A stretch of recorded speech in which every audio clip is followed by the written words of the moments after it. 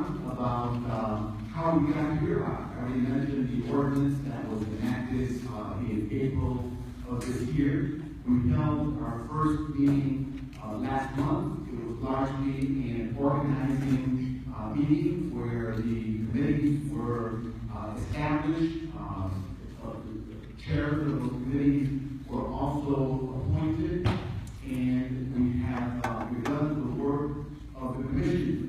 I am happy to report that there's been quite a bit of progress, but before I go on and fill you in on some of that work and activity and forward progression, I'd like to ask the commission members to please identify themselves and tell us what is their affiliation. For the most part, they're daytime jobs. We appreciate all of them being able and willing to serve on the commission. So we'll begin with the folks to my right here, and we'll go around the table. So if you would please state your name and your affiliation for the benefit of all of our listening and viewing public. Good afternoon. My name is David Goy. I'm president of Chicago Neighborhood Initiatives. We're a non-profit community-based organization on the far south side of Roseland in the city of Chicago. Thank you. Hi, I'm Marc, and I'm the secretary of the Coalition for Justice and Respect for Civil Rights and Social Justice organization of African American LGBTQ. Good afternoon. My name is Sujata. I'm the president and CEO of Chicago Foundation Forum. Hi everyone, my name is Wendy Raymer. I'm Director of Community Affairs at Emo Harris Maine. Good afternoon, my name is Maria Finn. I'm the President and CEO of CARE Out, helping adults affected by homelessness and poverty to get back to work. Good afternoon, I'm Mike Hobbs. I'm the former chairman and CEO of Engineered Plastic Products. I will be getting out of the private industry at the end of this year, and I'm going online and private industry. Hello, my name is Vexing. I'm President and CEO of Safer Foundation. We help people with criminal records get training and private sector employment.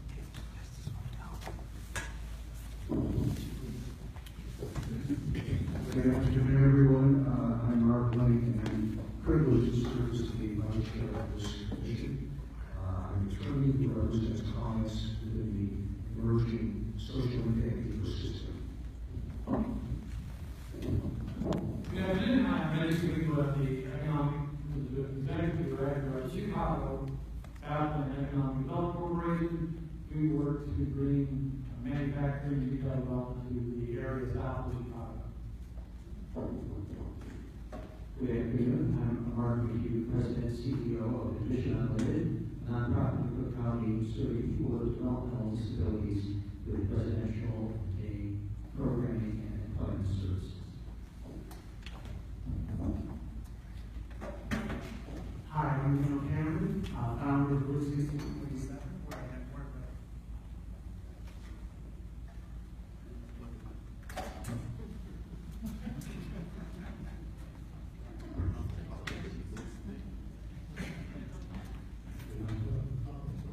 Okay, founder of Bluesky 27. Where I have worked on technology and entrepreneurship segments in 6 different cities, but Chicago will be my favorite. Good afternoon, I'm Carrie Thompson, the Executive Director of the Chicago Jobs Council, and we are a member-based organization. All of our members are organizations that are helping people living in poverty come to work.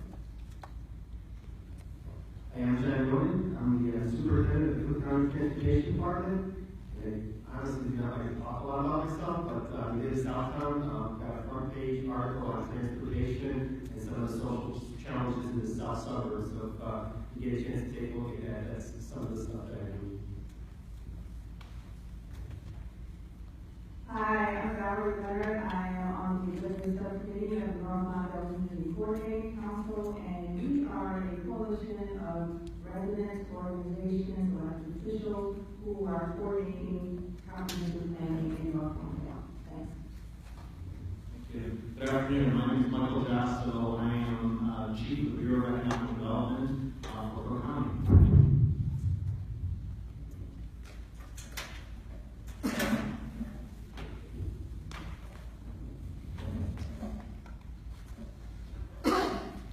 Thank you very much to all the commission members for their introductions. We want everyone here to get acquainted with everyone who also desires to do the same. Our first meeting, as I stated previously, occurred just a month ago, and I'm very enthused to say that the interaction of members of this commission, others who have become members of the 5 committees that were created at that meeting, have expressed a tremendous amount of enthusiasm and have backed it up by moving proactively to convene meetings of 4 of the 5 established committees, for example, met since our founding meeting just a month ago. Let me mention the 5 committees so that the public can follow along, and if they want to become involved with any of those committees, they can do so by contacting the chairs and co-chairs of those committees. The 5 standing committees are the Committee on Public Capital, the Committee on Human Capital, the Committee on Social Capital, the Committee on Financial Capital, and the Committee on Intellectual Capital. The first 4 committees, Public Capital, Human, Social, and Financial Capital, all held committee meetings since our founding meeting in the month of July, as I stated. We are very, very excited that there continues to be a great deal of contact with my office, with members of the commission, with the website that have been established for the public to continue engaging us with ideas and suggestions about the next steps forward. The only committee that was not able to meet in the first month was the Intellectual Capital Committee. They will be meeting soon, so we are delighted to get off to a great start. As you know, it's been hot. Oftentimes commissions slow down during the months of July and August in particular, because they tend to be the warmest ones in the city of Chicago. But we are plowing forward because we're committed to the goals that have been laid out, the vision that was shared at our first meeting in July. I am very appreciative of the conversations and ideas that have been discussed in the committee meetings. We've also begun a conversation around a set of guiding principles that can guide this commission in terms of the work and the priorities that can be acted upon by the commission. So I invite all of the commission members to continue to read through the draft that is being circulated and to provide us ideas and feedback on them. Without further ado, I would like to now proceed to item number 2 of the agenda, which is consideration of the minutes of the July meeting. At this time, I would entertain a motion. Chairman, Vice Chairman Lane moves and seconded. Who seconded? Mr. Rice. Would you introduce yourself? This is very a microphone nearby. Mr. Rice, you have just arrived, and everyone else here is already introduced, correct? My name is Harold Rice, President CEO of CETA. There's been a motion made and seconded pertaining to the minutes. Any discussion on the minutes? There being none, all those in favor of approval of the minutes indicate by saying aye. Aye. Those opposed? Any abstentions? In opinion of the chair, the ayes have it. So the July minutes of this commission are approved. Let us move then to item number 3 on the agenda, which is reports from the committees that didn't have an opportunity to meet. If the chairs of those committees would give us brief reports on what took place at those meetings, what kind of conversations took place, then we'll move on to the other items. So who would like to volunteer on the committee reports to lead?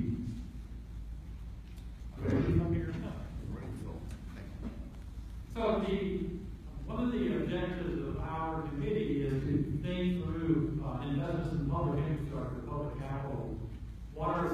major opportunities to improve the lives of the area of South Chicago, West Chicago, and South Cook County. Our committee had an opportunity to meet with the executive director of the port, John Millen, and actually Commissioner Garcia. We had an opportunity to sit down and talk about their plans and what might occur as a new executive director. The port is certainly a big opportunity for additional investment. It's a complicated issue. Many people throughout the city for the last several years have been trying to think through what might happen next. So we had a really productive conversation. I think it was interesting. We actually left there with an idea of maybe what something that productive role we could play. We will continue to follow that conversation. One of the other objectives of our committee was to deal with public transportation deficit or desert in parts of our area. There is a program, I never remember the right name, the High-Speed Rail Association created a committee for the improvement of the metro electric. So I remember the name. What's the right name of the committee? Sorry, so there's a plan and process. There was a committee meeting on Tuesday about this. The idea of working with Metro to improve the number of trains that run up and down the Metro Electric, so it could potentially behave more like the CTA to provide better service to South Chicago and South Cook County. And in addition, there's this idea of investing to actually make the trains go faster using additional investments in capital about this electrified line, which means it might be possible to make it go faster and easier than just a diesel line. So there's a real opportunity to think that through, and we can see our commission playing a role in thinking about that. So maybe it'll stop performing, like 10 times a day. The Metro Electric right today. Yes. The third sort of major idea is in one of the big assets of our region also is the rail infrastructure for freight. This has led to several new investments in South Cook County and South Chicago. We have this unique confluence of the CSX, the CN, the UP, the NSF, all are flowing through this region. Recently in South Cook County, the area I work in, we've had over $200 million in new manufacturing investment over the last year, starting going on now. Much of that has been developed because of rail, the rail assets of the region. Cook County recently received a grant from the state of Illinois, which is actually funded. It is funded. So we're going to start a project to really kind of delve into parts of the area of what are new technologies that may even allow us to build more thoroughly along the rail assets that will allow us to attract new companies. And just to say one thing about our region, not directly related perhaps to our committee, is that Cook County and Chicago recently have created new growth zones that are embedded inside our enterprise zones. So that provides a new era of incentives that could be part of this idea of letting the world know that if you need excellent transportation access for your companies, South Cook and South Chicago is the place to be. I think there's one other, I can't think of what it is, but that's probably not right. Any observations or? Is there another volunteer for the second committee report or floor report? Okay, we have a great call. Please introduce yourself and the committee and your report, please. All right. Hi, I'm Graver. I'm chair of the Financial Capital Committee. And today I have a question, but my count looks like I have the only committee that's all here tonight. Is there a prize? Duly noted and the release. Yes, we had our first meeting last week, and it was really great. It was my first time getting to talk with my fellow committee members, and it was very apparent that we're all on the same wavelength and the same page as far as what our real goal is and how we're going to get there. One of the first things that came out was that we really wanted to pick projects that are specific kinds of projects and commissions, and the trick really is to get as specific and tangible as possible, and find better ways to direct the resources and tools to these projects by, doing policy and doing all the things that we're going to be doing. One of the things that also we landed on was focusing on place-based development. Cook County is so huge, it's a huge endeavor. So if there's a place-based type thing we can really get our hands around and direct some good stuff towards that, we want to find that. And how are we going to do this? How are we going to pick these things? Well, to quote Mike Jasso, we want to spend perhaps the first quarter getting smart on things. We wanted to be meetings with community leaders. That was another point that was important to us. Is like, if we are going to identify things to help communities, we can't do it in vacuums. We want to hear directly from the communities and meet with them. So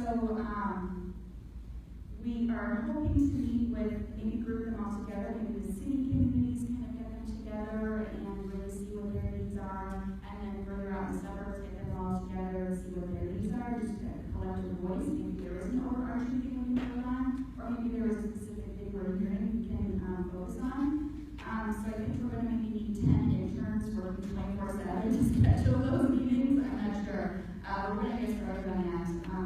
So that's our update.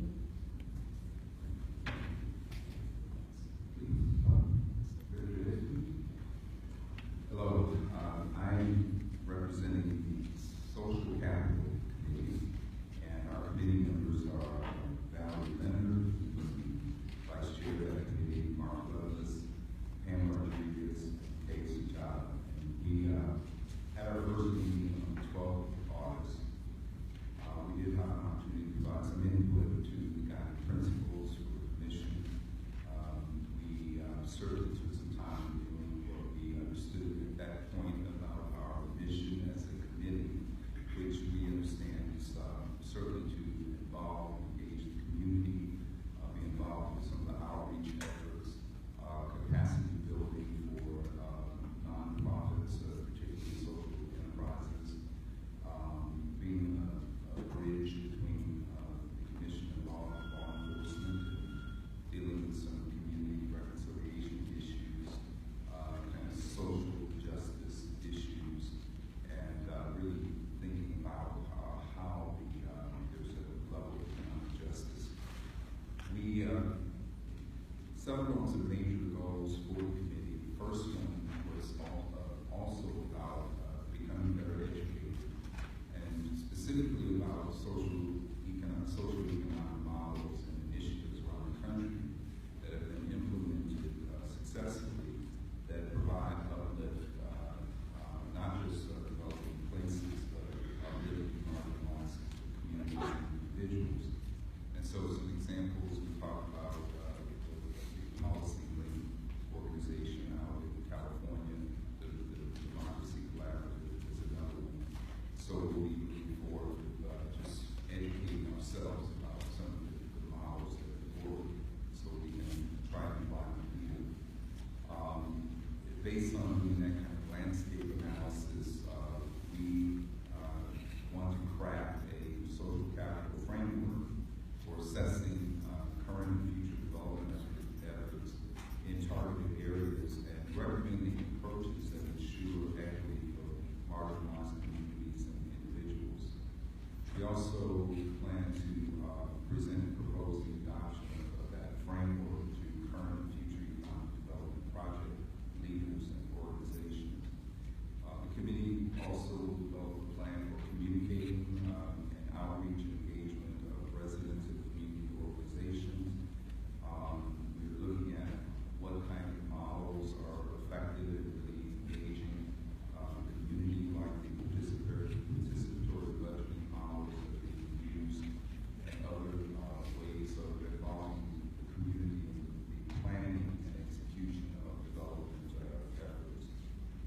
We also want to really find a way to engage the youth in this activity. So we are going to be developing a youth civic engagement program targeting 14 to 25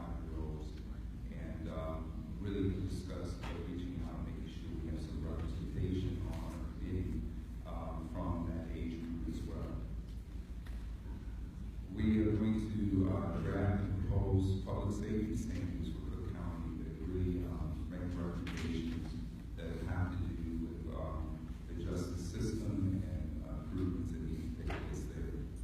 And then finally, to help with building capacity for organizations, the Social Enterprise Alliance Chicago chapter is offered to do some capacity building work for the commission, and that's going to be kind of channeled through our committee.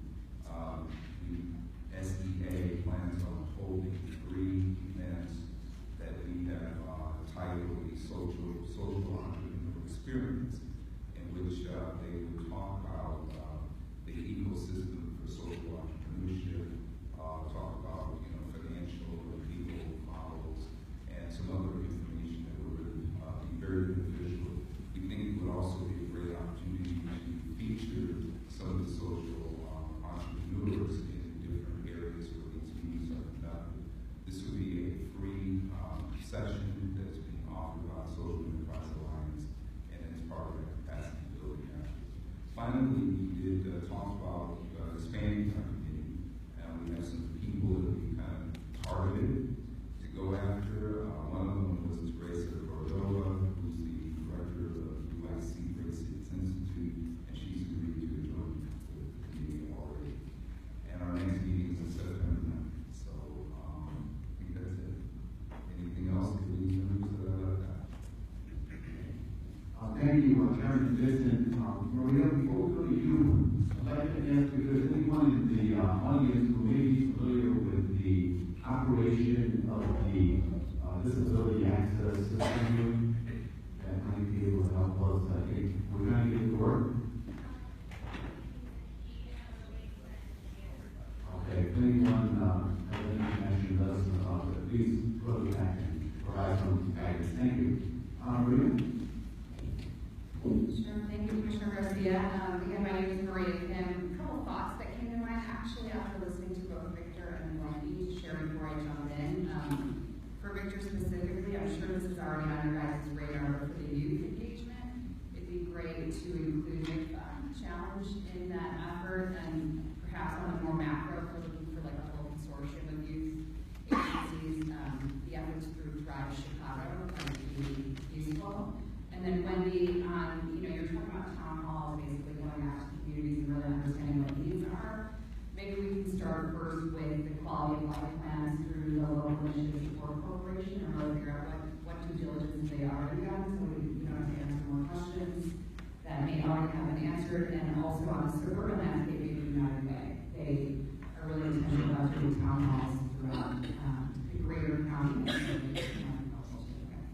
So blah. Having said that, there were 3 charters that Marc had laid out in the first meeting for our committee, and they were around asset mapping, like finding out what's really out there. I'm human capital, by the way, so we're finding out what's already out there in terms of workforce and workforce initiatives, worker-owned cooperatives for really democratizing ownership of businesses to the employees, in particular those employees that are marginalized in some form or fashion.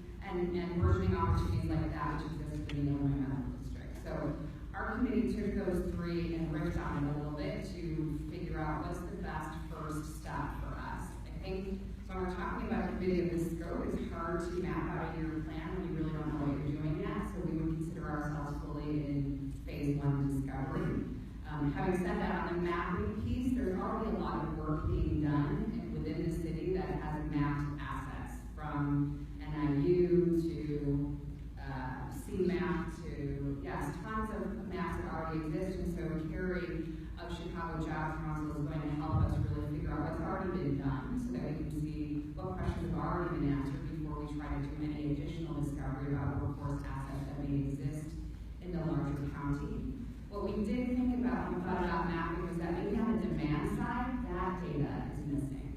Is there a clear map of the county about where the concentration of jobs might be, especially the jobs that don't get as much coverage as you might think? So are there some hidden heat maps that we can uncover that really elevate the concentrations of jobs throughout the county? If any of you guys know, please feel free to let us know as well. So that's the deal on mapping. On the second piece, which is really about worker-owned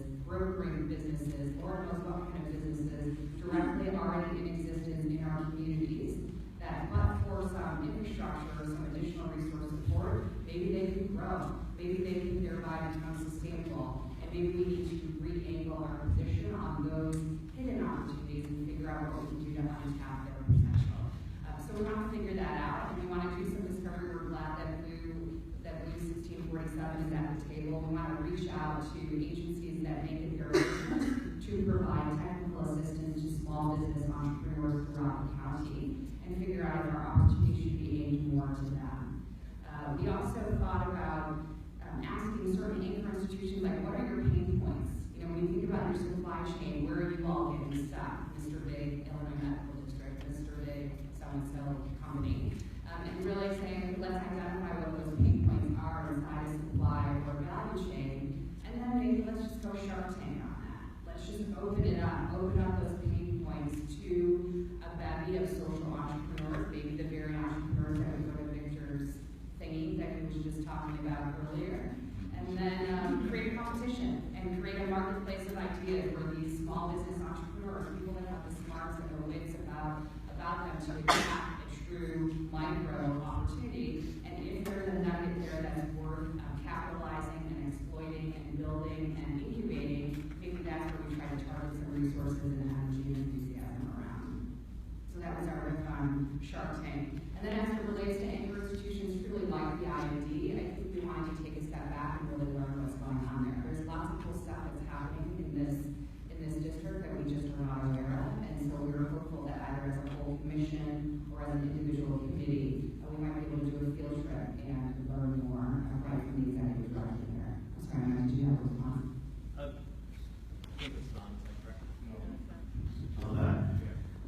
Two quick notes of resources. On the first point of data and so on that exists, when the county did planning for progress, which is our 5-year consolidated plan required by HUD, we did a tremendous amount of data analytics with CMAP and data drill down. So we actually have a lot of data about, and in fact, a big part of our plan is maybe one speaking of the plan, in terms of planning progress, where the jobs are, the disconnect between residences and commutes. And I think John has a lot of that with respect. So we can offer that up, and certainly that data, just a tremendous amount we did when we did the plan. On anchor institutions, I think it's a great thing. Maybe it also warrants bringing in front of body into the commission presentation by Case, anchors for a strong economy, which is based out of what is in Chicago. Is in fact launching some regional effort. Currently has 15 anchor institutions. The county is one. The universities are, which also private sector in terms of Rush Hospital. A number of other advocates that have joined are exactly focusing on this. And I think everyone acknowledges plenty of opportunity to expand. There's also been a tremendous amount that's already being done. I think we've all benefited more and more. Maria, I would add the Illinois Workforce Investment Board has some information on jobs and where job growth is.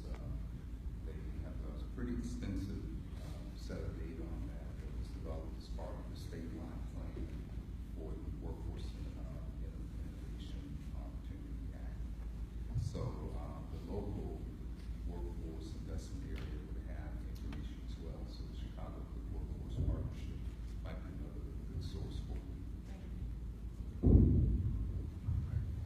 Okay, thank you so much for those reports, committee chairs. I'd just like to note one other important, I think, evidence of how folks on this commission are taking their job quite seriously. We only have 2 members who are not here tonight. One of them, Alderwoman Garza, who is at 0 tonight. So thank you all for the great turnout at our second meeting. Without further ado, I'd like to call on Vice Chair Lane to take us into the next segment of the meeting here today, which is the invited speakers for the evening. At each meeting, we will have invited speakers to talk on particular subjects that the Commission has expressed an interest in hearing more about, to also engage in capacity building of the members of the Commission. So without further ado, Vice Chair Lane. Thank you, Mr. Chairman. At first, I would like to acknowledge and thank the members of the Commission, the members of the public. Obviously, we worked very hard to build the Commission, and the results are already beginning to show. So thanks to each of you. We will have different kinds of witnesses focuses of the course of the hearings the commission will be conducting. Some will be subject matter witnesses who will provide insight into strategies which have proved successful in terms of creating, funding, scaling, and/or sustaining novel solutions to intractable social problems. Others, however, will provide information and education to the commission at large so as to optimize the effectiveness of the commission's work. And in that regard, it's important to understand, before I bring on the first witness, who is, I think, extraordinarily important witness for us today, it's important to understand that the various topics that the chairs have described are really topics assigned to those committees or accepted by the chairs, prioritized by the chairs, as the committee of original jurisdiction for those topics, recognizing that as to many, most, or all of the topics to be undertaken, more than one committee is likely to be involved. We are not looking to operate in a siloed way, but rather collaboratively. So, that leads me to conclusions. One, those of you who are not yet associated with one or more committees, we invite your participation. We enthusiastically encourage your participation in any committee that interests you or excites you. This is a all hands on deck effort, and the ultimate outcomes will be a function of the level of support, encouragement, and contribution of the public at large. Second, however, it's important that the commission understand the ways in which change actually happens, and the ways in which collaboration between and among silos actually happens. And it is in that regard that I am delighted to introduce my friend, Dr. Jean Eggman. So let me tell you a little bit about her and what prompted me to invite her here this evening. Jean is a long-standing professor at the Kellogg School of Management at Northwestern University, where she was the executive director of the Ford Center for Global Citizenship Network. She also has been, as well as a clinical professor of management, the director of the collaborative practices at Kellogg, which is exactly the area we need some help with to ensure that collaboration can occur effectively and impactfully internally within the commission itself, but also in engaging those external stakeholders who are necessary or desirable to the success of the commission. Jean also is the CEO and founder of Third Angle, which taps into her experience and expertise as a catalyst for growth. And that's exactly what we're looking for here. So, Jean, we're glad to have you, and we eagerly look forward to your remarks. Thanks so much for being here.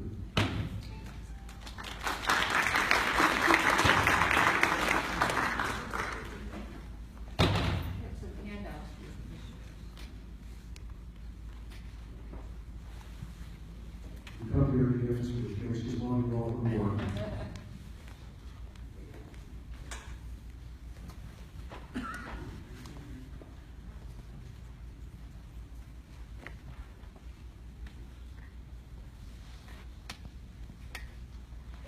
Inviting me, and Mark, thank you for the kind introduction. And I'm glad you set it up, that there's a role for education in all this, because the story I'm going to tell, the frameworks I'll present come with the story.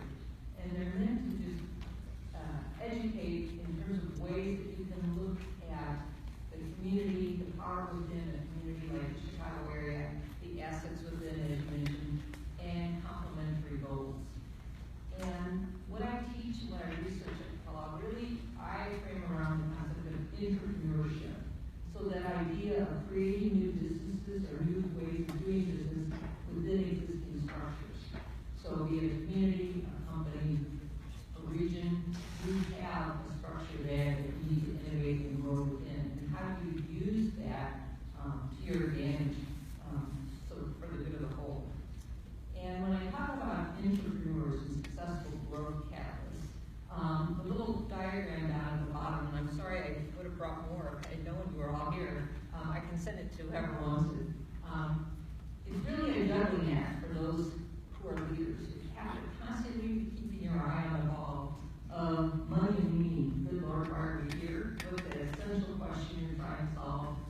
you're making money at it and trying to balance that.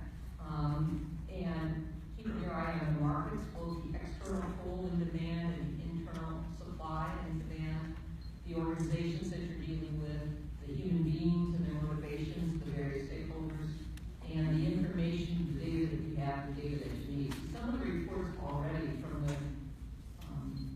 committees, and first of all, let me say how glad I was when I saw that your committees are framed around forms of capital. I think that's just the way to go.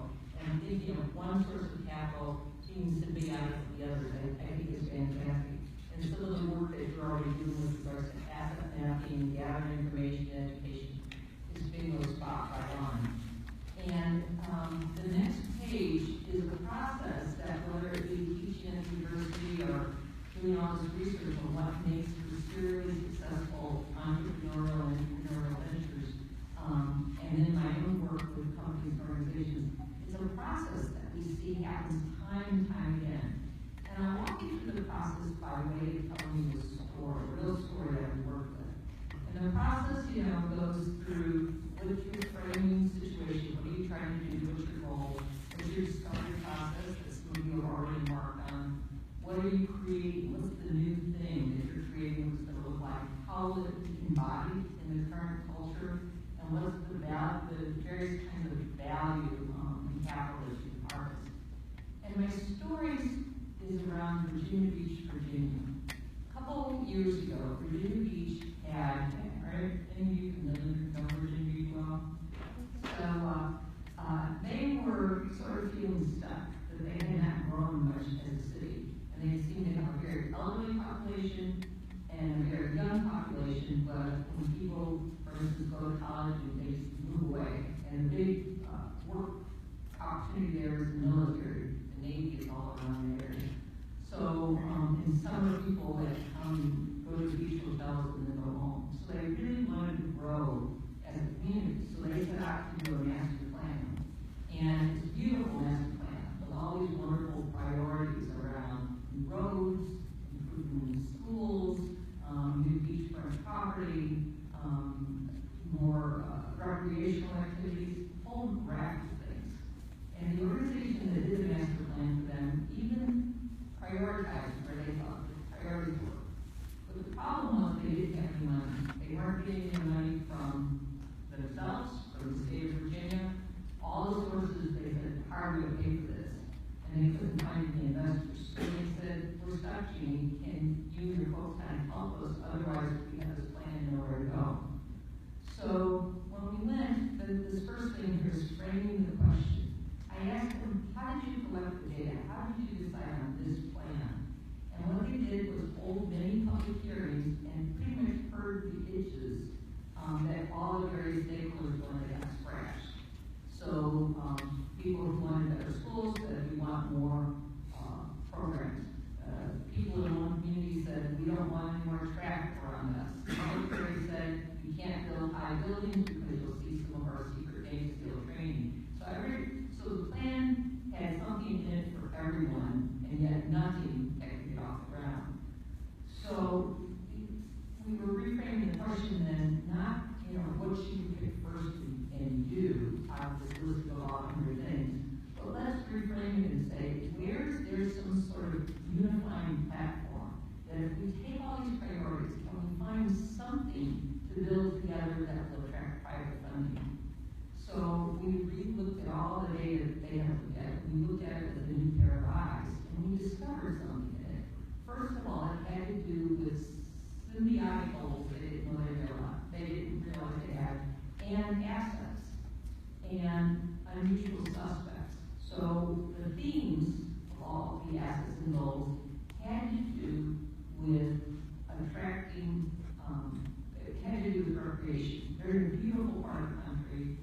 They're sort of underutilized in the ocean, and they have a very profound sense of the environment and taking care of that. All of their programs are built around education and the environment. There's some local universities that are doing research. There are just a lot of one-off things that were going on in the whole Virginia Beach area around recreation and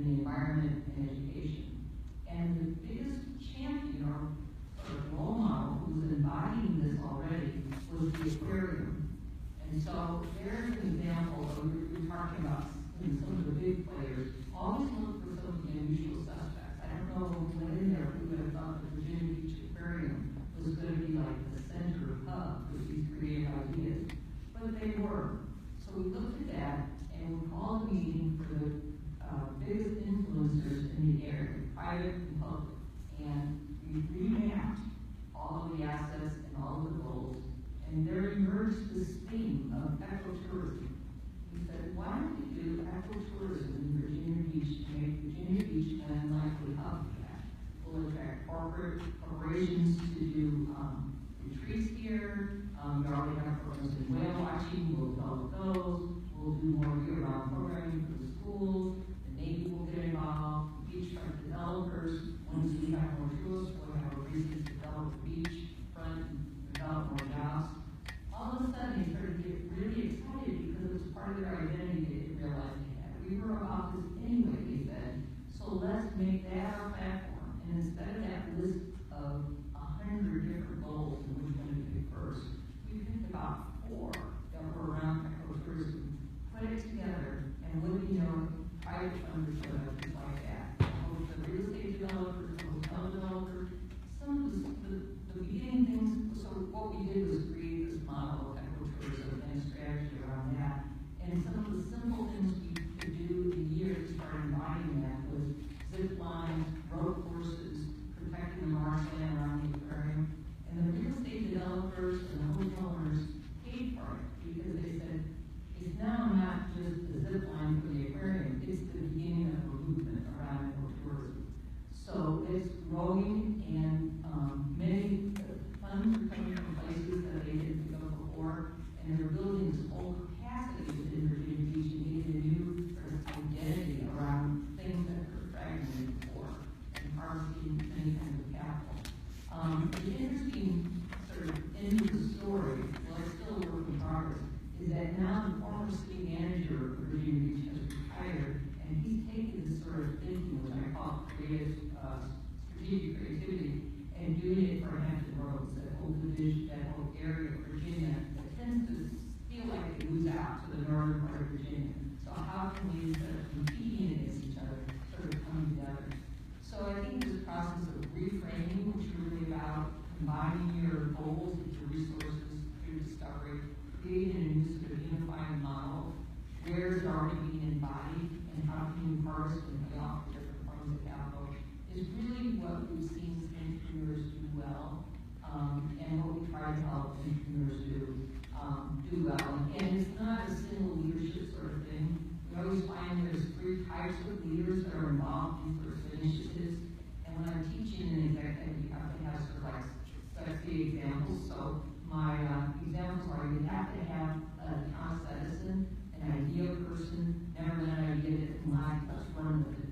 But you also need to have an Indiana Jones in the Last Crusade, very methodical, very linear, sometimes even skeptical, but when push comes to shove, it's willing to take a leap of faith.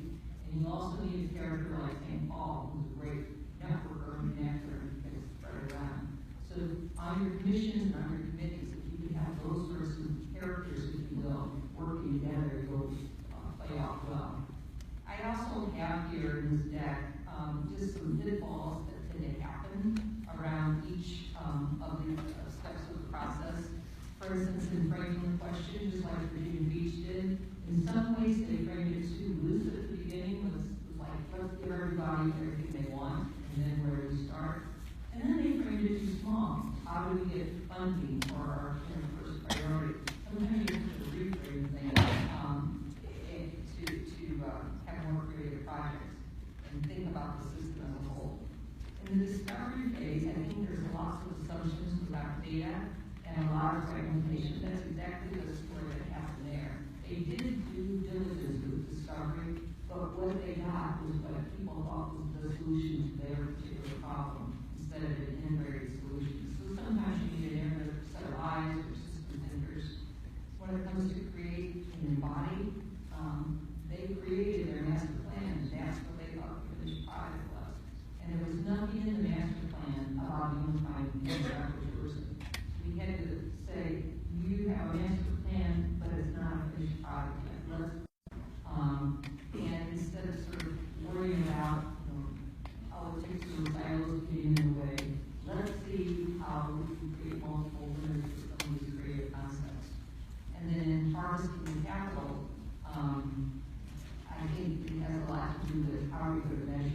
are you going to measure your social capital, your human capital, your financial capital, and how can you use that to serve the officer? So that's my really kind of thumbnail story and sketch, and happy to answer any questions. I would encourage you to talk to our friends at Virginia Beach and Hampton Roads. They're actually partners on the journey.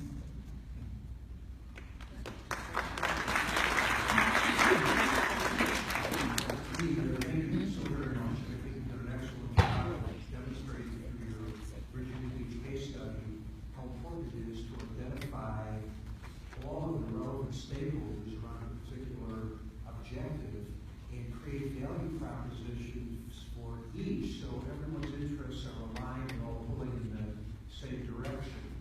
So I don't know, only one question for you, and other commissioners may have their own, but my question is really intended to put you on the spot in the following respects. Since you've heard some of the committee chairs describe the projects that they are now undertaking, you don't have to answer this necessarily right now, but I would invite you to join us and contribute to the work of one or another of the committees, because I think your contribution would be invaluable. We would very much welcome your help. We need everybody's help, and you as an expert in this area above many others. So we would invite your consideration of that offer. Thank you, Mark. They're always so subtle. I'd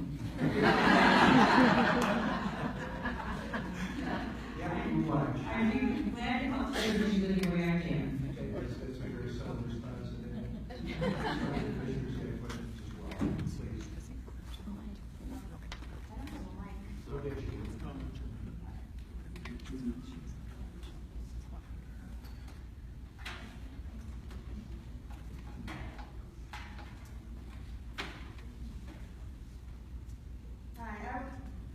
My name is Valerie Leonard. I was just looking at one of the slides that you didn't go over, and one of the things that struck me is one of the pitfalls that they had was to assume that ROI or return on investment was not necessary. And from time to time, we always see the ROI for the developer and for the institutions. Was there any ROI for local residents or any community benefits that could be quantified?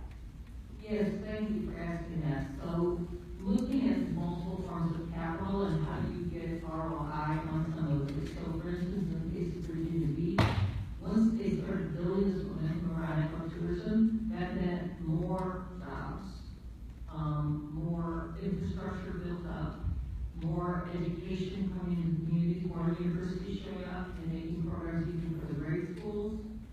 So they started definitely looking at, who, like Marc said, who are those multiple stakeholders that showed up at the beginning, and how can this being benefit them? Any other commissioners like to offer a question or comment? So in our area, in South Cook County and South Chicago, some of the unique assets we have is the public capital and unique transportation assets of wind, air, water. And that's led to this burgeoning, potentially growth of new manufacturing companies, new distribution companies. I think we keep thinking about how to frame that in a way that would be attractive. I think the world doesn't know this unique capacity that this region has. I think it's an idea of trying to thematically that would get people's attention, like your ecotourism idea of Virginia Beach.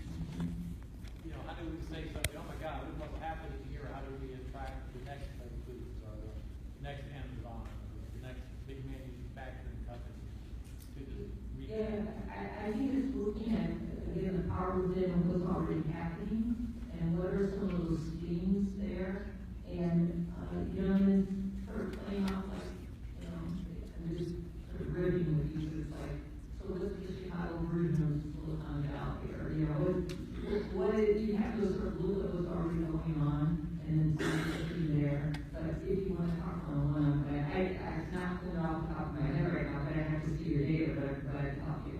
Thank you. We'll deal with that. That's you join the committee. Look at all these notes. We're taking notes too, Judy. Thank you. Anyone else have any questions or comments for Dr. Becker? Okay, well, Jeannie, thank you so very much. We greatly appreciate it.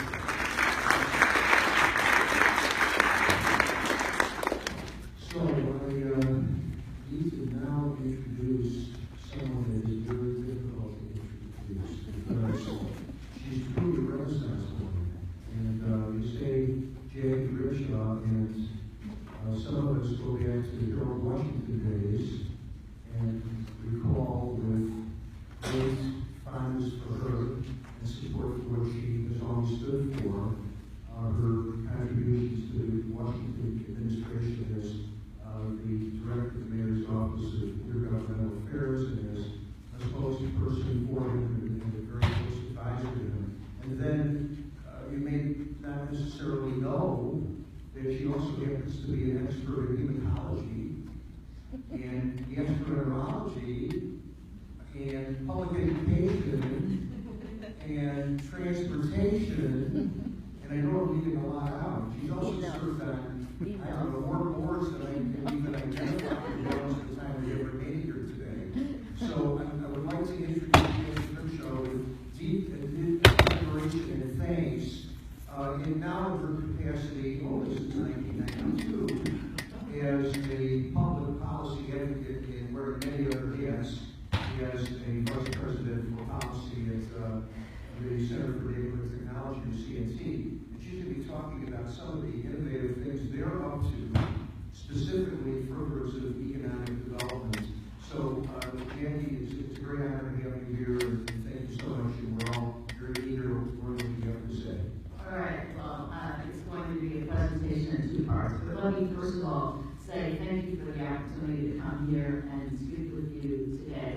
CNT, the Center for Data Technology, has a lot of expertise in economic development, so I was very interested in almost all of the reports that I heard from all of the committees. And Mark, before you ask, I will contribute, but I can't contribute to all of them. So I'm not going to have four of us. Well, thank you.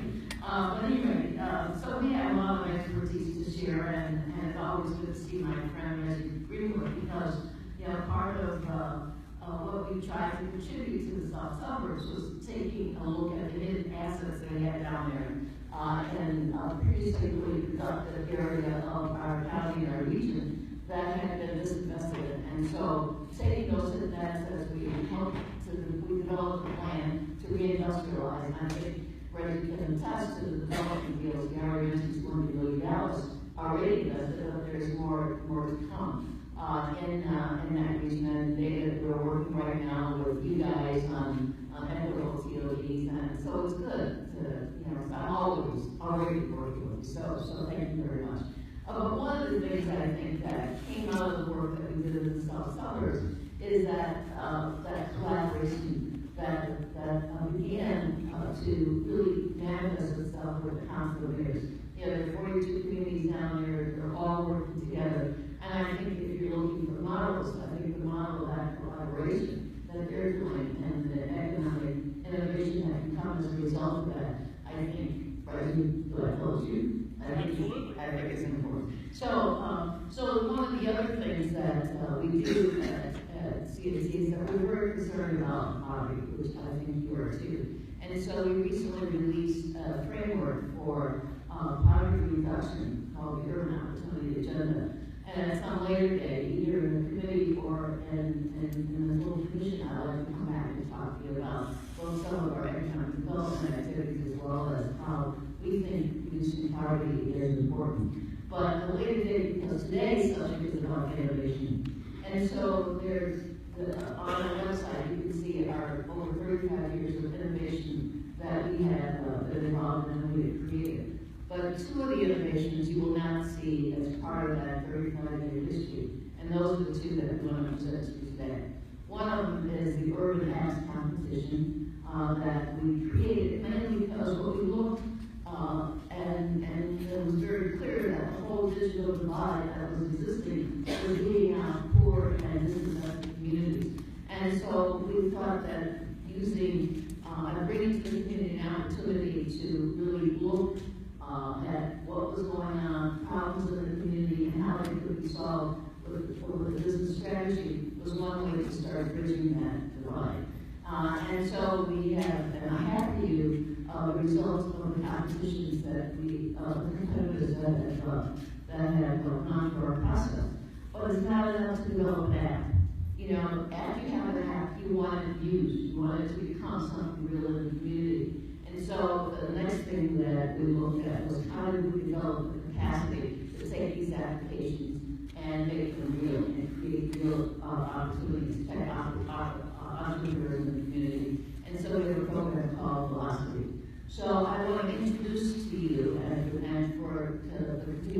presentation, our social venture fellow, Stephen Philpott, who will tell you what we've learned through the process of working with communities, developing the apps, and what we think Velocity can become. And once he's done, then I'll give you results of our several years of application. So Stephen. Thank you, Jackie. Thank you all for having us here today. I'm really thanks here.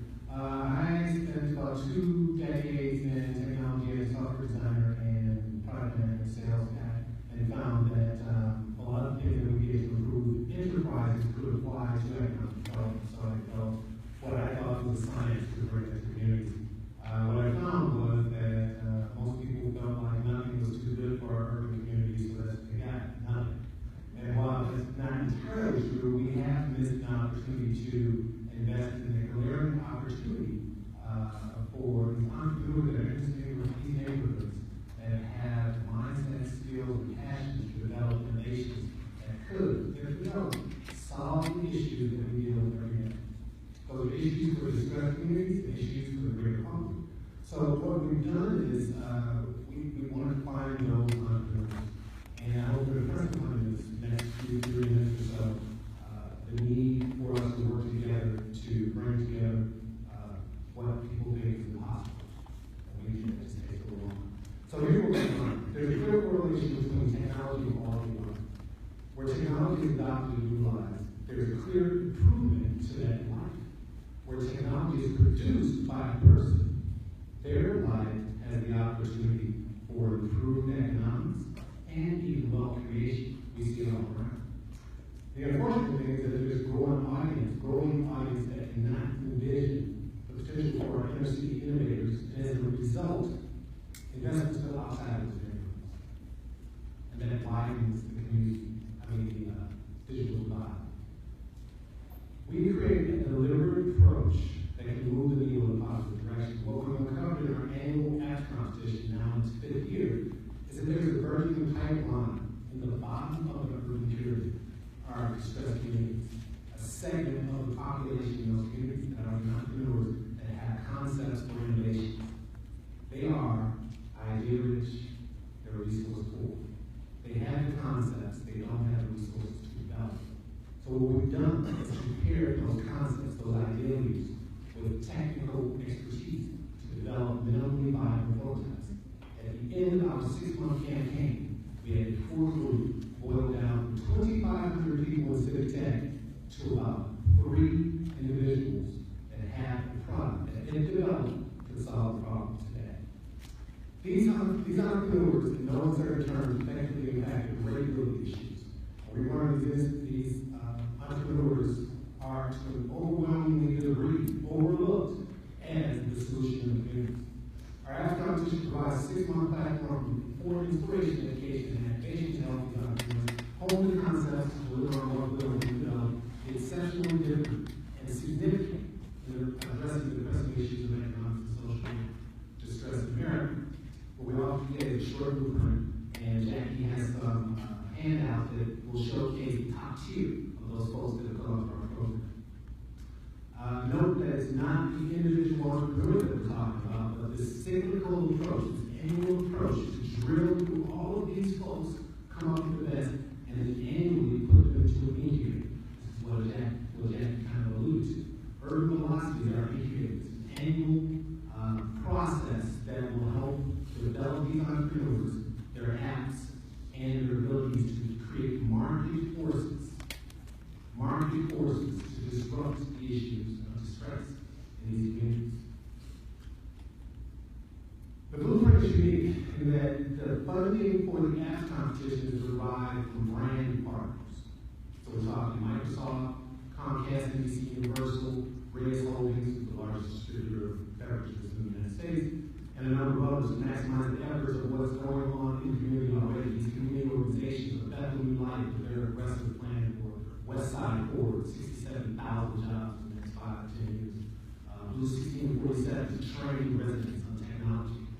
LISC, Southwest Development Organizations.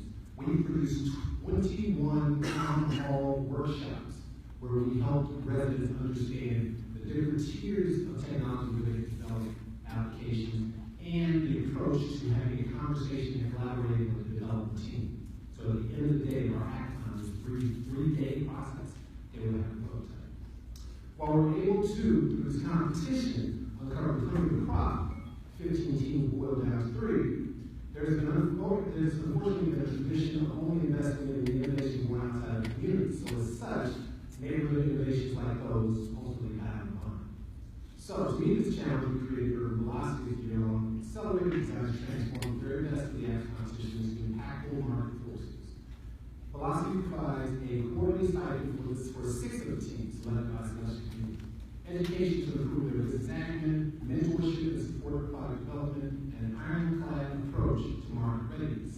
Our requirements for these teams are they be economically sustainable, they be place-based, deployed in the neighborhood after they're ready to go, and able to be adopted and scaled beyond that community to other likewise communities both locally, in Cook County, and nationwide. Finally, we intend to launch Velocity in February and receive additional funds right now from foundations and other partners for the first forward in February. And we'd like to continue discussions later. But our brand partners, Microsoft, Comcast Universal, Rick's Holding, and a number of others, Google, have signed on for the app competition. So we'll continue to mine this field of residents that are interested in being these innovators. The City of Chicago's Department of Innovation signed on to provide a support mechanism of 5 months after our app competition to continue mentorship and strategic business development for these teams.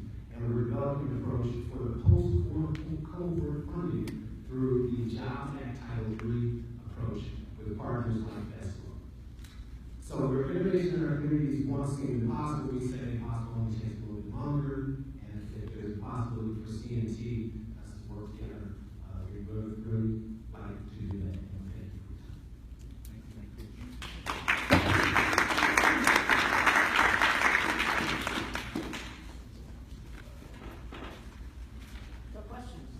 Yes, thanks to both of you. I have a cable with everyone question. I'm impressed by the idea that you've been able to attract the support of so many major companies and other players. And I'm wondering how those relationships are structured. Are these grants and these sponsorships? And is there a greater relationship than merely writing a check? Not that that's unimportant, it's very important. But I'm looking for, are these strategic partners? And if so, what is the nature of that partnership? The dollars that come from our brand partners are marketing dollars. It's hard to get rent, and rent dollars typically 10% of what our operating costs are. Marketing dollars typically see what we need to do, and it helps promote that company. Microsoft and Comcast have been strategic partners in that Microsoft builds this community with the MI team to hosting workshops. And Comcast has developed additional content that folks can see on their channels to help inspire and educate us. Thank you very much, and congratulations on your success. We have a continuing to accelerate. Any other questions or comments from the commissioners? It seems like there would be a good opportunity to create a partnership between what you're doing and what's happening within Chicago Innovation Awards. The most immediate thing that comes to mind is that we have the winners definitely apply for the new neighborhood award that's being launched by them this year. I don't know if you guys are already doing that. Yeah? Well, we talked to Tom frequently. Okay, great. Tom Marc, right on. And so in exchange too, there's all kinds of people in our mentorship program that would be great mentors. Okay. And then finally, I feel like stuff like this just it demands a marketplace of the new wealth in Chicago. There's so much new wealth, these new entrepreneurs that are created basically these tech companies that scale. And I think they want their disposable income to go to social purpose business and perhaps most especially technology that can scale. So if there's anything that we can do to create those exchanges for you, I definitely love to talk about that. Absolutely, thank you. Great idea. We do welcome the opportunity to collaborate with you in any way we might be helpful. Thank you so much for being here, and we very much appreciate the testimony and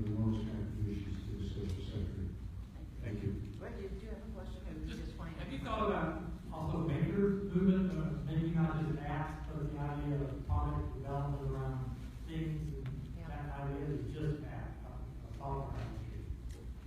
There's a basic premise to the new world of technology. It's cheaper to get involved, it's easier to understand. So we lean on the zeros and ones of it. There are other folks that appreciate one of those tiers allows people to develop technology that use physical product or even move to the advanced manufacturing. So additive printing, things like that. We don't narrow people's view to what they're going to do. We just ask that they use innovation that applies to issues in the neighborhood. So if it's using drones to monitor kids around home, that's great. If it's creating some sort of 3D printer initiative that helps something else in the community, it's great. And so it boils to the top, and if they fit within our criteria of winning, we're on board. But this notion is just starting to build. So in 10 years, we're saying it's 16, we want to see 60 teams at the end of 10 years, and somehow, exists. Thanks again to both of you. We appreciate you being here and all you do.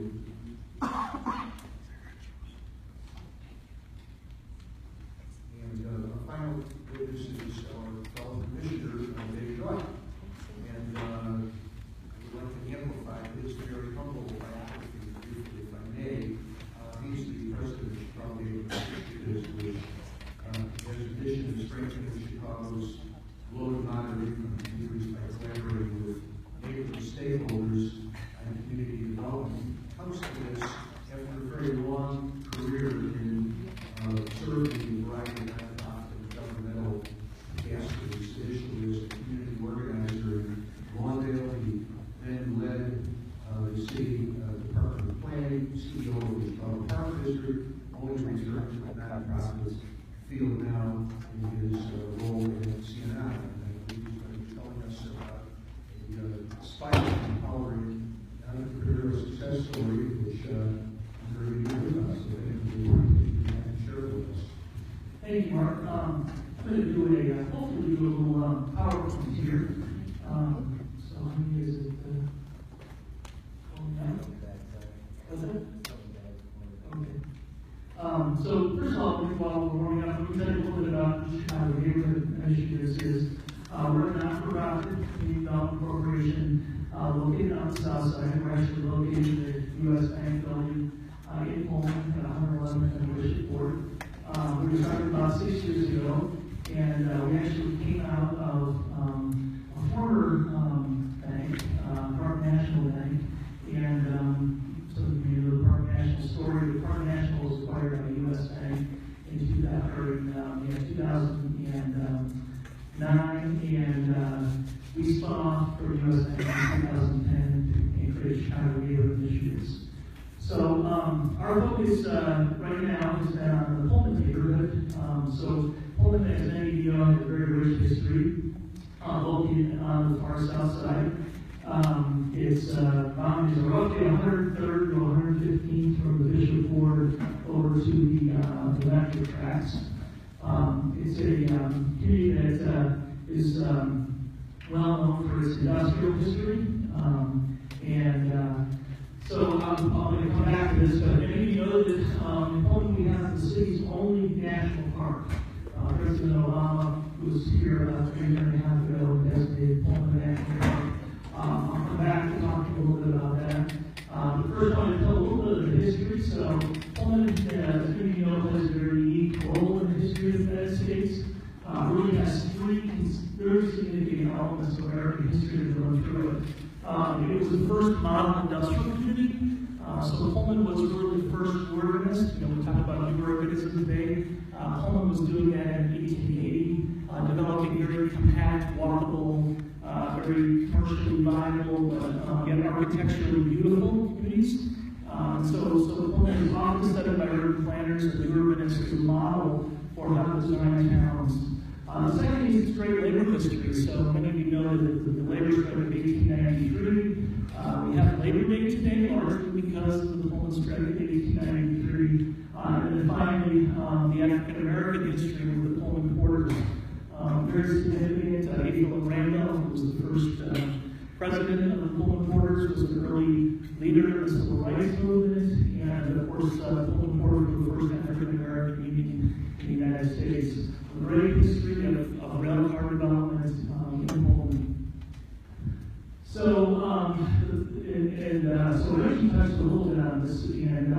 so one of the great things about Pullman is we're located in this Calumet region, which is rich in infrastructure, rich in rail, rich in road, rich in water resources.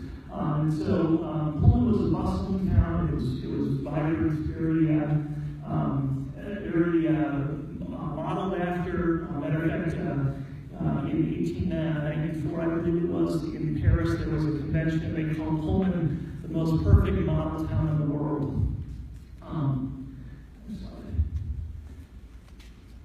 So we began, as I said, our work in 2010, and so you kind of fast forward the history from the late 1890s, and there was a renaissance of development, of course, located throughout the region in steel, and so you had all the steel industry that developed in the turn of the century. That started to decline in the 50s and 60s, and the area really fell into the disrepair, and a lot of disinvestment occurred.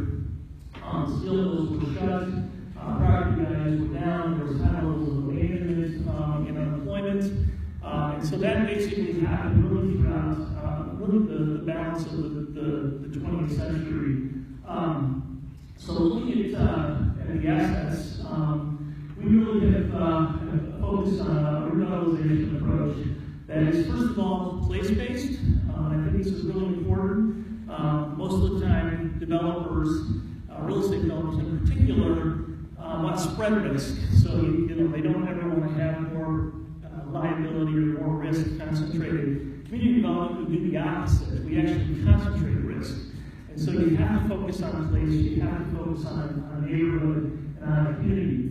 You also have to look at the assets, and I think that's really an important part of our region. We have unbelievable assets. You think about 9 of the major interstates all run through the Calumet region.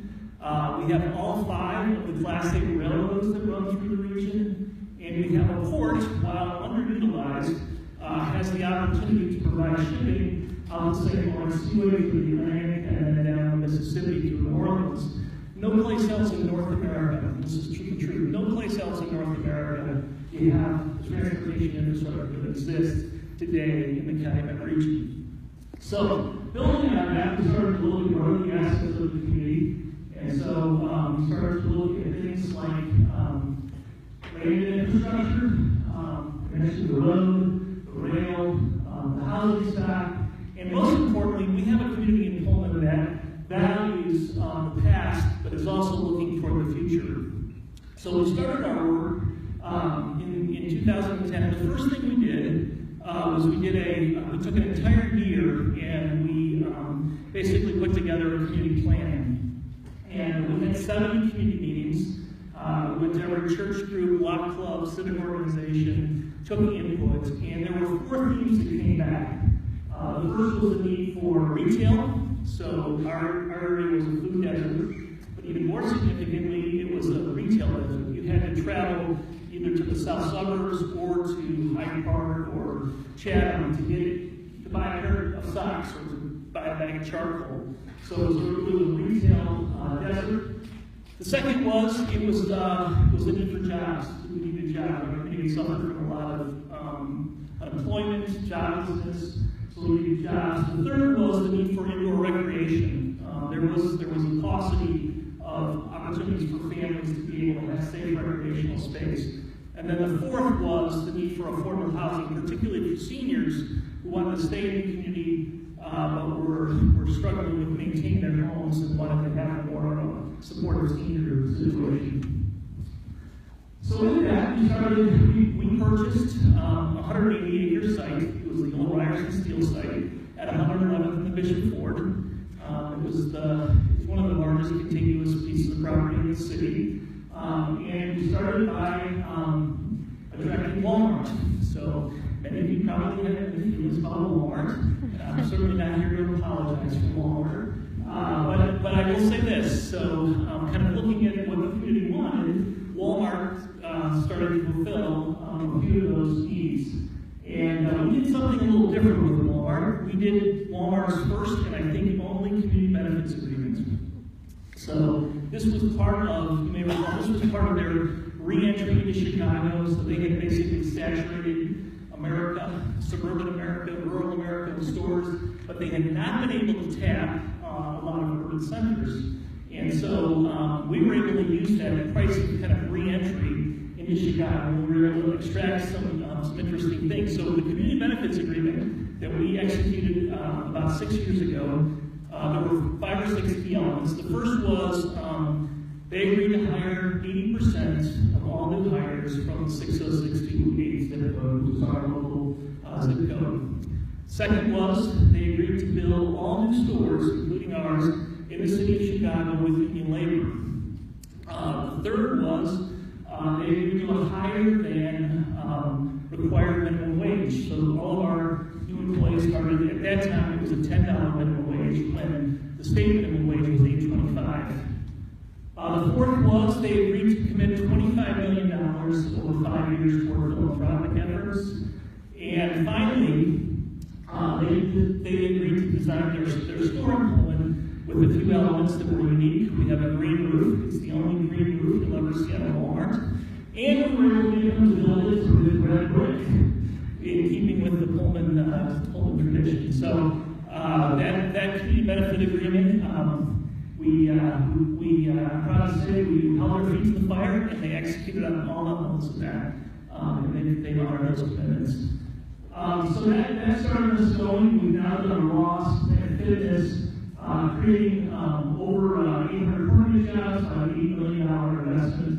And we're just actually starting this fall on our first neighborhood retail along 111th Street. We've been able to sign up Chipotle and Potbellies. And so across from the Calumet Police Station, if you're familiar with that, we'll have some dining options.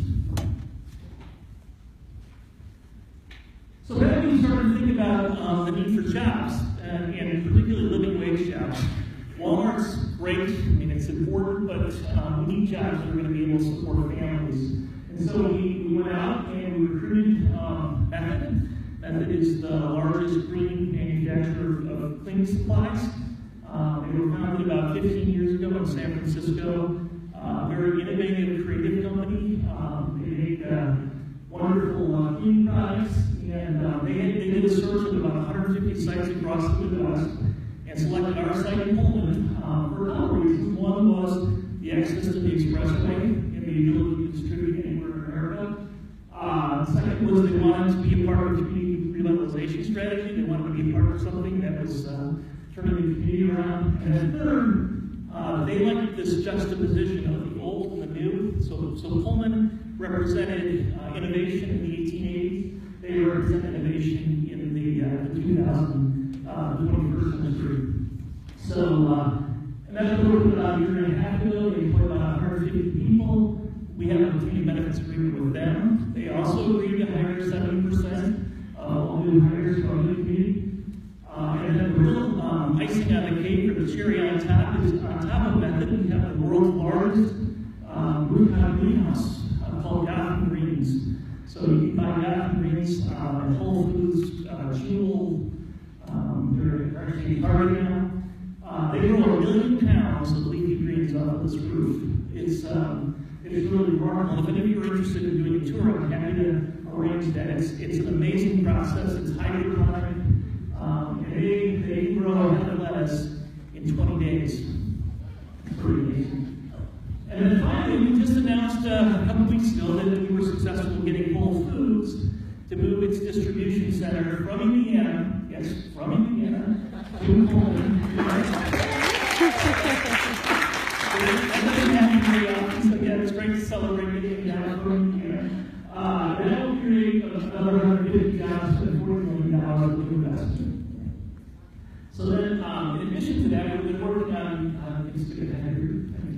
On housing development, we've been purchasing and rehabbing and then reselling old row houses. We've done about almost 40 new homes or rehab homes through that. We've been working on a program with ArtSpace, developing artist live-work housing in the Pullman Historic District. It'll be the first new construction in the National Monument, and the first new construction in Pullman in over 40 years. And then finally, we worked with Mercy Housing to redevelop the Pullman Wheelworks, which was a 210-unit apartment building.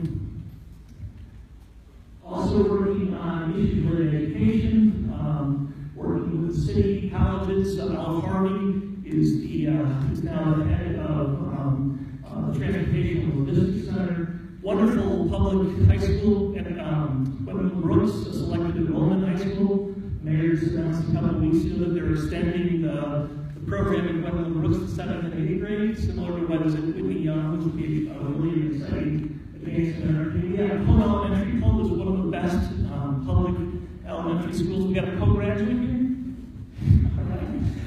Cole Elementary, and then of course we got Will Smith and Portland Center School as well. And then finally, we're working on recreation. So we broke ground last year on a new community center, 138,000 square foot new indoor facility that will have artificial turf. We'll be able to do soccer and indoor baseball. One of the real issues in our community is we have great little leagues. Jackie Robinson West won the Little League World Series a few years back, but they have no place to train in the wintertime. So we're at a competitive disadvantage to some of the West Coast and Southern teams that we can't practice year-round. So we're building this new facility, and that's a $20 million investment. And then finally, the jewel in the crown, as we call it, President Obama designated Poland a national monument. What that means practically is that Park Service expects within the next 5 years we'll have over 300,000 visitors a year coming to Poland, creating $40 million of economic output. So, all told, in the last 5 years, we've invested about $130 million, about 450 construction jobs, 750 permanent jobs.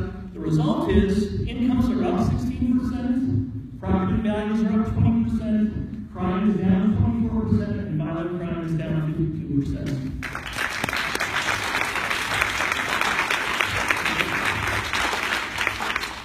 So that's Poland today. You can see the historic district, and we would welcome everyone to come to Poland. We'd love to give tours and talk about how great the community is. So thank you very much. I do have one quick question, and that is, you're obviously successful in developing an entire ecosystem in Poland, and I look at models. Do you see this as something that either CNI, through replication, or through strategic alliance with other organizations, might replicate or model what you're now doing in other places, or are the factors in Poland so unusual and unique that this is not really replicable? No, I do think it's replicable, and I think it starts with looking at the community's assets. Every community has assets. I mean, it might be, in our case, it's public transportation infrastructure, it might be educational infrastructure, it might be proximity to the lake. I mean, every community has assets, and so inventorying those assets and looking at those and understanding how to promote those and build on those, I think is replicable. Now, it's going to be different in each community in terms of its application, but I think the basic approach, the place-based, asset-rich, and kind of long-term approach is replicable in other communities. And we would welcome the opportunity to get involved in other communities. We're working in Englewood now. We're developing a Whole Foods in Englewood at 63rd and Halstead,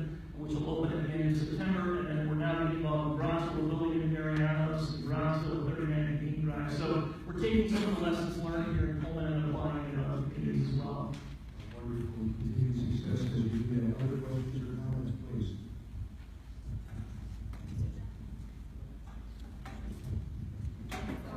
I have a quick question. Well, so what are the conditions or criteria to actually be able to put together a community benefits agreement? Because obviously you've done that several times. So what is the set of conditions? Yeah, so you gotta have some leverage, right? So in our case, I didn't really get into this, but one of the things that we use pretty extensively is TIF, tax increment financing. And so using TIF, we're in essence subsidizing the development, and that benefits the companies that are coming here. So in exchange for that, we say to help you be more profitable and be able to grow and develop as a company, there are some things that we want. And so that's where we're able to use some of that TIF funding as a lever to then get any benefits agreements executed and then hold their feet to the fire in terms of making sure they're honoring those. So yeah, we've done it for Whole Foods, or sorry, Walmart's method, and yeah, we also found it with Whole Foods. Okay, we're in the interest of time, we'll only, I will take one more question, so we will just thank you. Yeah, my question is, too, is at what point did you get the community involved? Yeah, from the very, very beginning. So that was the first thing we did when we bought the property. That we unlike the other developers, did not have a plan. We literally didn't have a plan. And so we took an entire year in 2008 and did nothing but have community meetings and engage with the community what they wanted. And that was fundamental in getting our projects done. What was interesting is having done that. When we were moving ahead with Walmart, there was a lot of opposition, particularly from the city council around sort of union issues and so forth. But with the support of our local alderman, Alderman Beal, and we had 300 people from the community that showed up at city council to support Walmart. Walmart's never had 350 people show up to support them for anything, but because that's what the community wanted, we were on point and able to push it through. David, thank you so very much. Thank you. Public comments, time, and understand the rules of the commission provide the public comments are limited to 3 minutes. So if there are any members of the public that would like to address the commission, this would be the time to start. We have some registered speakers, folks that will get 30 minutes apiece to provide some comments to the commission. First, I'd like to ask if Marguerite Harburg is in the room. Marguerite, are you here? Anyone representing her here? Oh, okay. Is Margaret Lackman from Healthcare Illinois, Indiana, and company? Yes, I'm present with her. Yes. Would you please state your name and your affiliation and why you're here today? Thank you. Thank you for letting us speak here today. My name is Myra Glassman. I'm the Secretary-Treasurer of Service Employees International Union Healthcare, Illinois, and Indiana. It's a long name. And we just wanted to come and talk a little bit about workforce development and worker training that we're doing with home care and child care workers. So just and I'll let Ms. Patricia Evans and Ms. Fatima Griffin speak about what they do, but a couple of facts is that in Cook County, we represent approximately 40,000 home care, child care, hospital, and nursing home workers. Home care is considered one of, if not the fastest growing job in the country. According to the Bureau of Labor Statistics, employment projections in home care from the base year 2014-2015 through 2024 in the Chicago metro area will need to grow by almost 20% from a base of about 111,000 workers right now to almost 130,000 by 2024 to meet minimum demands for such a workforce over those years. And at the same time, home-based child care and child care center workers that we represent, which is about 12,000 home-based child care workers in Cook County and about 3,000 to 4,000 workers in child care centers that we're organizing. There's a push towards more professionalization, but often training for that development is lacking. So we're focusing our training programs through our Member Education and Training Center on workforce development and those two critical growing workforces. So on the home care side, we really need investment in worker training with real career ladders. Our training center has trained thousands of home care personal assistants over the past 5 years. However, Governor Ron's administration has defunded that program and has also defunded the child care training program we started a few years ago. We've completed an enhanced home care aid training pilot that's been demonstrated to save about $12,000 per participating home care consumer, according to a study of a larger scale program in California, a sister training center of ours, by reducing emergency room visits and hospital readmissions. That's shown a lot of promise for our home care worker participants, increasing their skills to meet the growing home care population that has conditions like hypertension, dementia, diabetes, and our feeling is that investment in that kind of training and workforce development can replicate similar healthcare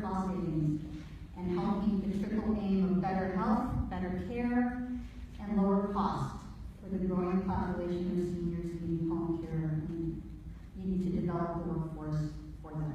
So I'll turn it over to Ms. Fatima, who will tell you a little bit about her. You have about 30 seconds. Okay. Just briefly. Good evening. My name is Fatima Almer. I am a product from the South Carolina region. I'm a home care worker. My story, my dad asked me to take care of my grandparents. But the enhanced training that we received, we provided, focused on diabetes, the common diseases and conditions that our seniors and disabled people are having, like most of us in the room, diabetes, hypertension, and Alzheimer's, dementia going. And the training helps benefit us with observing, communicating with the members of the seniors, as well as being aware of, we don't do medical, we make, but it's basically support. So we kind of encourage people to change their diets and their habits in that way, so it's very beneficial.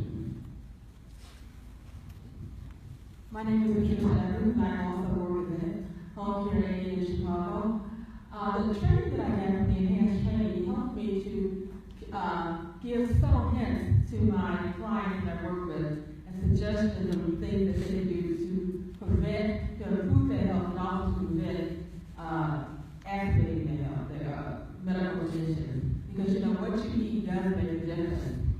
And if someone's in the home, to remind them of the time they eat, that you know, maybe you might want to consider not drinking that pop, because I know you love it, but that pop is not loving that. Right. Because that could be causing the inflammation in your joints and aggravating your arthritis.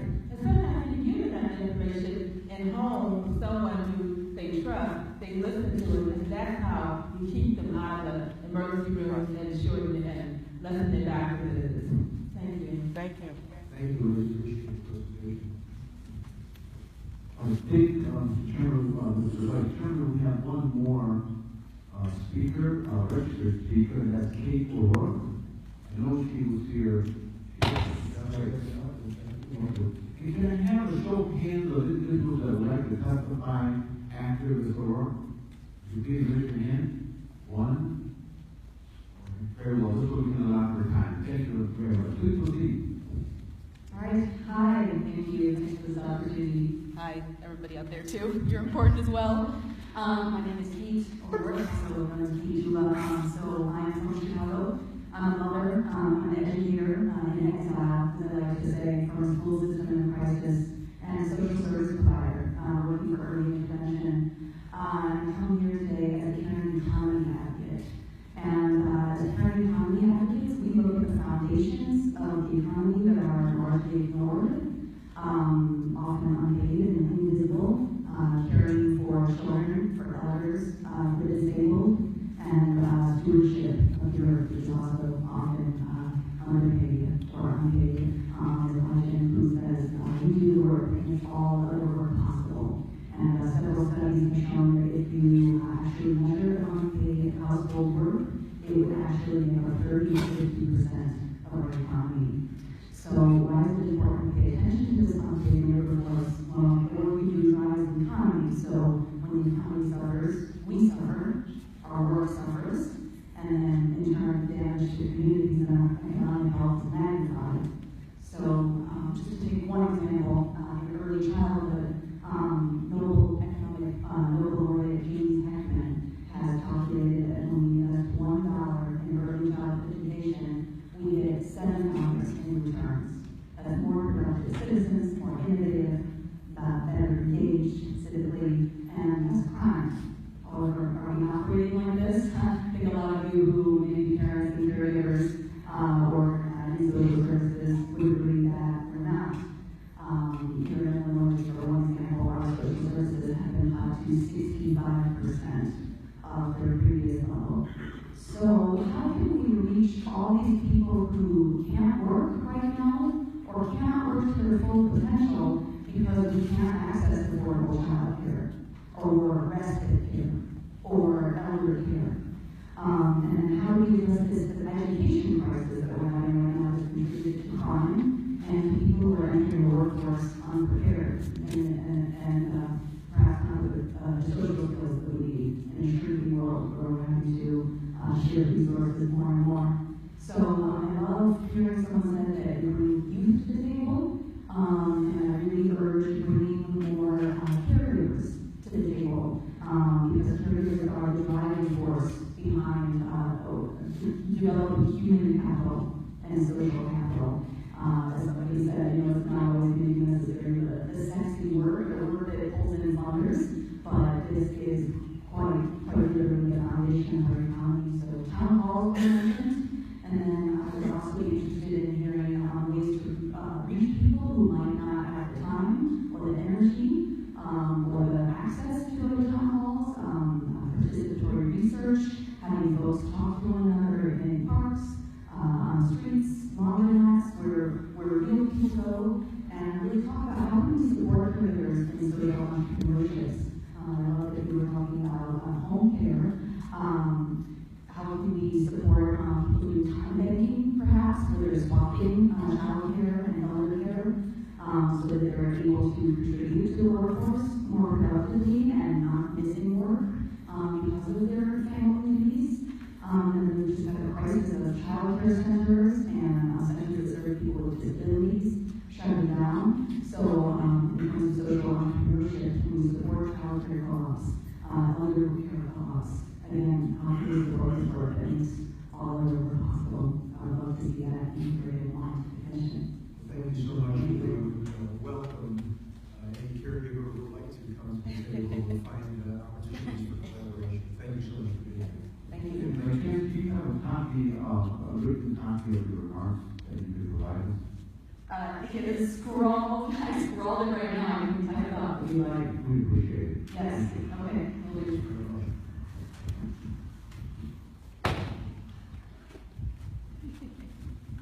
Thank you. I actually have more of a question than a comment. My name is Carol Lashapel. I'm a writer and a blogger with a particular interest in aging. My blog is called Boomers and Beyonders. There are, as you will probably all know, 70+ million boomers making their way not only through the world, but through the economy. I just read the other day that the boomer buzzword is the longevity market, which is a $1 trillion market. There was an article in the New York Times about a millennial son of boomer parents who noticed were they had their bikes retrofitted to be electric bikes. So he decided to start a business, and it was doing business. So I'm not only interested in this longevity market, but I'm also interested in the issues of aging in place, which means transportation, walkability, affordable housing, and I would like to join one of your committees, and I'd like to know which committee would handle that whole issue of aging in place. I don't know if anybody saw the Chicago Tribune business section on Sunday. They did a whole issue. They did an article on aging in place, particularly for boomers who want to stay in the suburbs and don't want to tend their lawns anymore. They don't need to drive anymore. So there's just a lot of opportunities for entrepreneurship. And I'm interested in joining which of your 5 committees so that I could hear more about what you're up to in your regard. So, Mr. Vexing raised his hand because what you're describing naturally fits within the social capital committee. Okay. So we invite you to reach out to Mr. Vexing and welcome your participation. Thank you so much. I appreciate it. Thank you so much. Any other business? Yes. Can I make a comment, please? Would you please come to the mic?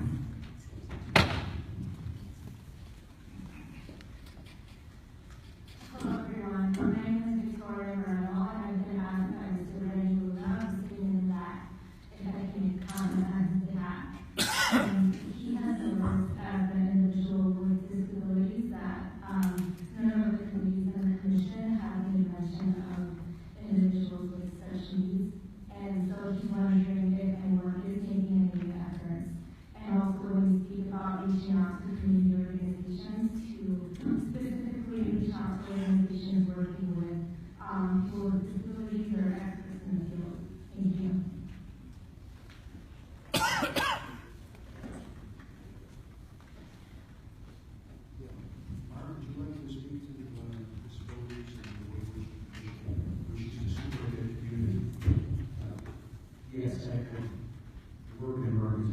to serve people with disabilities, and so it's always on the forefront of my mind.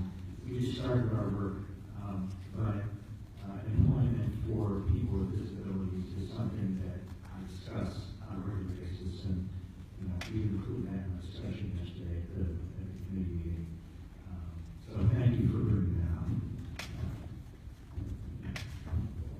And if I can add another note to that, during the process leading up to the creation of this commission and to our launch a month ago, we had discussions with several stakeholders from the community, the disability community. We talked about employment. We talked about how that community is one of the highest levels of unemployment. We met with other stakeholders, women in the community of people with disabilities, and initiatives to change the grim employment picture for folks like that. We very much invite that community to get involved with us to put forth proposals as it relates to social innovation and what kinds of things this commission can look at as it relates to this committee.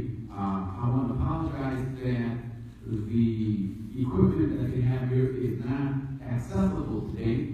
Renee, we chose this location because it is supposed to be fully accessible, and as we move forward, that's one of the criteria that we'll have, that everywhere we meet, we'll make sure that everyone can be accommodated properly. And thank you for being here.